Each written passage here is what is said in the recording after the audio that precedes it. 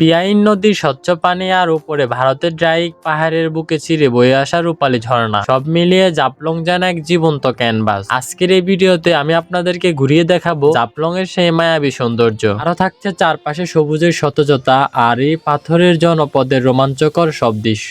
তো আর দেরি কেন, চলুন শুরু করা যাক আজকে আমাদের জাফলং এর adventure. So WhatsApp guys, it's over new this in another blog video. So guys, আমরা এখন বর্তমানে আছি দরগার গেট। এখান থেকে আমরা একটা রিক্সা করে চলে যাচ্ছি হচ্ছে বাস স্ট্যান্ড, যেখান থেকে বাস ছেড়ে দেয় জাফলং এর উদ্দেশ্যে। সেটা হচ্ছে যে সোবানিয়াঘাট। দরগাঘাট থেকে আমরা চলে যাচ্ছি সোবানিয়াঘাট। যেহেতু আমরা সকাল সকাল বের হয়েছি তাই তেমন একটা ট্রাফিক নাই, পুরোপুরি রাস্তাটা ফ্রেশ, এমনকি ভালো লেগেছিল আমাদের কাছে। মেবি আমরা ওই সময় 7টা-8টার দিকে আমরা রওনা দিয়েছিলাম জাফলং এর উদ্দেশ্যে। এন্ড গাইজ, আমরা এখন চলে আসছি সোবানিয়াঘাট, যেখানে আমাদের আসতে সময় লেগেছিল 10 থেকে 15 মিনিট সময় লাগছিল আমাদের এই সোবানিয়াঘাট আসার জন্য। তো এখানে আসার পর আমরা কাউন্টার চলে যাচ্ছি টিকিট কাটার জন্য। তো আমরা এখানে বাসের যে টিকিটটা কাটতেছে, যেটা আমাদের জনপ্রতি ভাড়া পড়ছে 150 টাকা। তো আপনারা চাইলে রিজার্ভও যেতে পারবেন, ওইখানে সিএনজি রিজার্ভ করে যেতে পারবেন। আপনারা সোবানিয়াঘাট থেকেও রিজার্ভ সিএনজি যেতে পারবেন এবং আম্বরখানা থেকেও যেতে পারবেন। যেখানে আপনারা রিজার্ভ যদি যান তাহলে 1500 থেকে 1600 টাকা এরকম ভিতরে রিজার্ভ সিএনজি পেয়ে যাবেন, যেটা আপ ডাউন থাকবে আর কি সিএনজি। 1.5 থেকে 2 ঘন্টা সময় লাগবে। এর আগেও যেতে পারবেন, যেহেতু রিজার্ভ যাবেন তাহলে কোথাও থামাবে না। আর হচ্ছে যে যদি বাসে করে যান তাহলে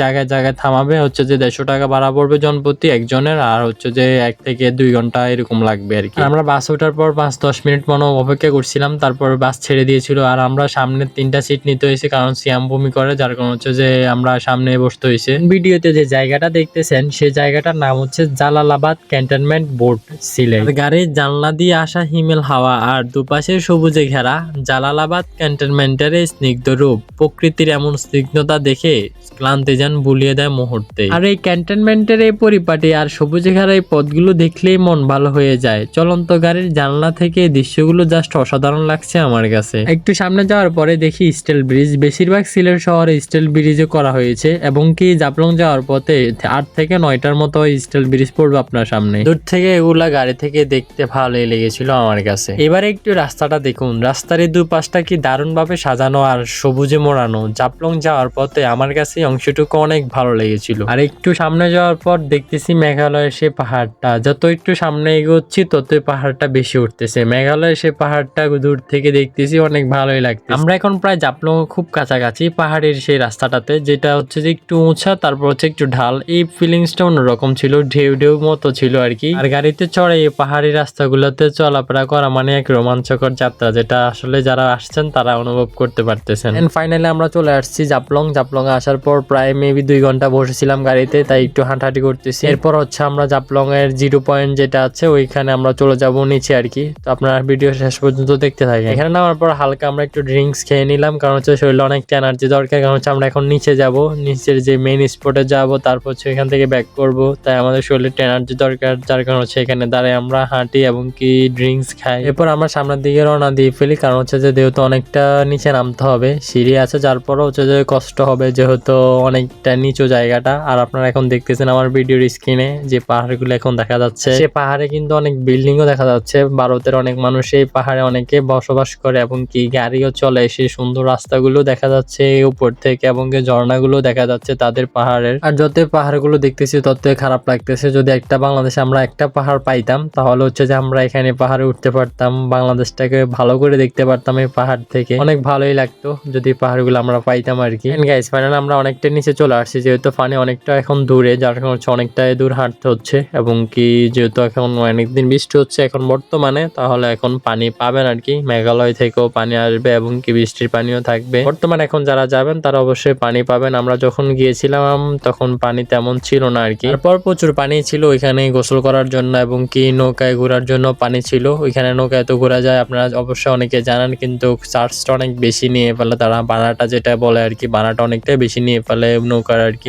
চারপাশ ঘুরে দেখতেছি অনেক ভালোই লাগতেছিল। আস্তে আস্তে পর্যটকও বাড়তেছে আমাদের বাংলাদেশে যে এখানে, এবং কি ইন্ডিয়ার যে ওই জায়গারও পর্যটকও বাড়তেছে, এমন দেখতেছি মানুষগুলো ভালোই লাগতেছে আমার কাছে। আর এই প্রকৃতির এক অদ্ভুত মায়াজাল বিছিয়ে রাখা জনপদ জাফলং, যেখানে ঢাইকি পাহাড়ের বুকে চিরে নেমে আসা স্বচ্ছ জলরাশি আর পিয়াইন নদীর বুকে বিছিয়ে থাকা রাশি রাশি সাদা পাথর মিলিয়ে তৈরি হচ্ছে এক জীবন্ত স্বর্গ। আর যেমন একদিকে বাংলাদেশের বর্ডার, আর ঠিক তার ওপারে মেঘে ঢাকা ভারতের মেঘালয় পাহাড়, দুই দেশের এই মিলনস্থলে দাঁড়িয়ে আকাশের নীল আর পাহাড়ের সবুজের মিতালি দেখলে মনে হয় সে প্রকৃতি এখানে কোনো সীমারেখা মানেনি। পাহাড়ের কোল ঘষে বয়ে আসা হিমশীতল পানি যখন পাথরের উপর দিয়ে বয়ে যায় তখন সে শব্দ যেন মনের সব ক্লান্তি দুই মুছে যায়। আর সেই সাদা পাথরের স্নিগ্ধতা, পিরাইন নদীর স্বচ্ছতা আর মাথার উপর মেঘালয়ের সেই বিশাল পাহাড়, সবকিছু মিলিয়ে জাফলং যেন এক অমর কাব্য।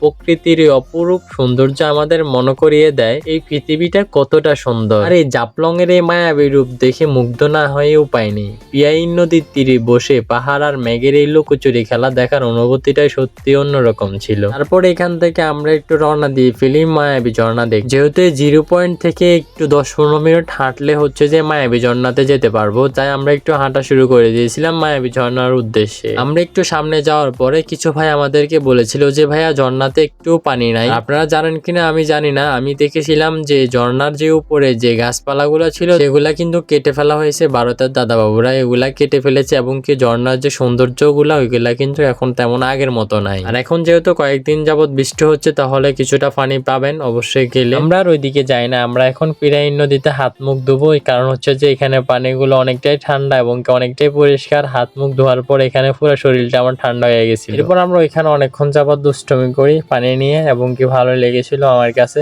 মনও চাচ্ছিল না যে বাড়ির দিকে আসার, যে এখানের যে ভিউগুলা দেখেছি আমার কাছে এতটাই ভালো লেগেছিল, বাড়িতে আর আসার জন্য মনে চাচ্ছিল না। মনে হচ্ছে যে আমরা উপরের দিকে উঠে যাইতেছি। তারপর হচ্ছে যে এখানে যে দোকানগুলো আমি আমার বিগত ব্লগে বলেছিলাম, আমরা উৎপাছড়া যে আমাদের যে কেনাকাটা করেছিলাম ওইখানে আমাদের অনেকটাই দাম বেশি নিয়েছিল, কিন্তু জাফলংও দাম বেশি হচ্ছে যে এখানে আপনি একটু যাচাই বাছাই করে কেনাকাটা করতে হবে। এখন হচ্ছে যে নিচে যে দোকানগুলো আছে যেগুলো হচ্ছে 0 পয়েন্ট একের পুরোপুরি নিচে যেগুলা দোকান আছে এগুলাতে আপনি যেই দোকানে যাবেন সবগুলাতে কিন্তু অনেকটাই দাম বেশি থাকবে আর কি। এখানে আপনারা চেষ্টা করেন উপর থেকে কেনাকাটা করার জন্য, যাচাই বাছাই করে কিনবেন, তারপর হচ্ছে যে কম দামে কিনতে পারবেন সবকিছু। আর ভিডিওটা কিন্তু অনেকটাই লং হয়ে গিয়েছে, তো অবশ্যই সবাই দেখবেন। আবার যদি পেজে নতুন হয়ে থাকেন তাহলে পেজটিকে ফলো দিবেন, আর যদি ইউটিউব থেকে দেখেন তাহলে অবশ্যই চ্যানেলটি সাবস্ক্রাইব করে দিবেন। এই ছিল আজকের জন্য ব্লগ, দেখা হচ্ছে নেক্সট ব্লগে। ভালো থাকবেন, আল্লাহ হাফেজ।